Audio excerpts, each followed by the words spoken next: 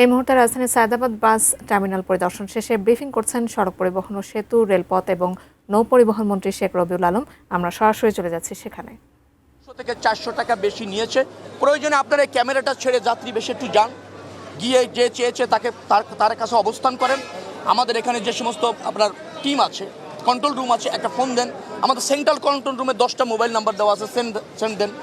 আপনি হটলাইন আছে, মোবাইল মানে মেসেজ করেন অথবা কল দেন, আর আমরা তো আছি। জানলে ব্যবস্থা নেওয়া যাবে। আড়ালে আবডালে দুর্বৃত্ত আছে, আমি অস্বীকার করি না, তারা চেষ্টা করবে, এটাও অনেক সময় ঘটে, কিন্তু প্রশ্রয় নাই। আমরা চেষ্টা করছি সর্বাত্মকভাবে আপনাদের সহযোগিতা।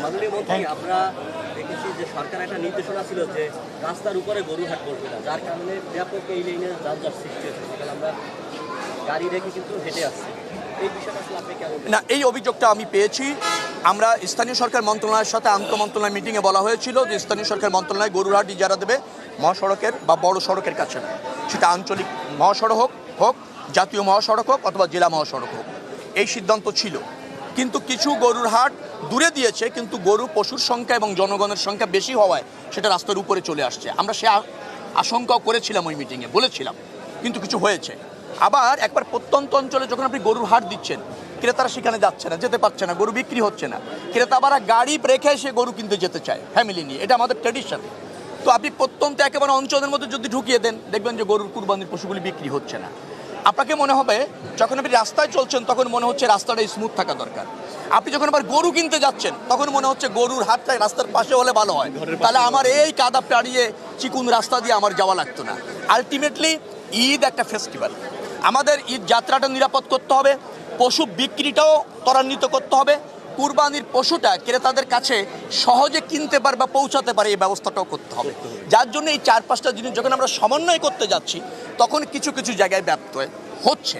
তো আলটিমেটলি এই 4-5টা দিন সব সেক্টরকে প্রাধান্য দিয়ে তার কোনো সেক্টর যাতে ক্ষতিগ্রস্ত না হয় এইটাকে দিয়ে আমরা সমন্বয় করছি, যার জন্য একটু কষ্ট হবে। বেশ কয়েকটি প্রাণ ঝরে গিয়েছে, আপনি কি মনে করেন যে সরকারের মনিটরিংয়ে ন্যূনতম কোনো ঘাটতি আছে? না, ঘাটতির চেয়ে আমি বলবো সীমাবদ্ধতা আছে।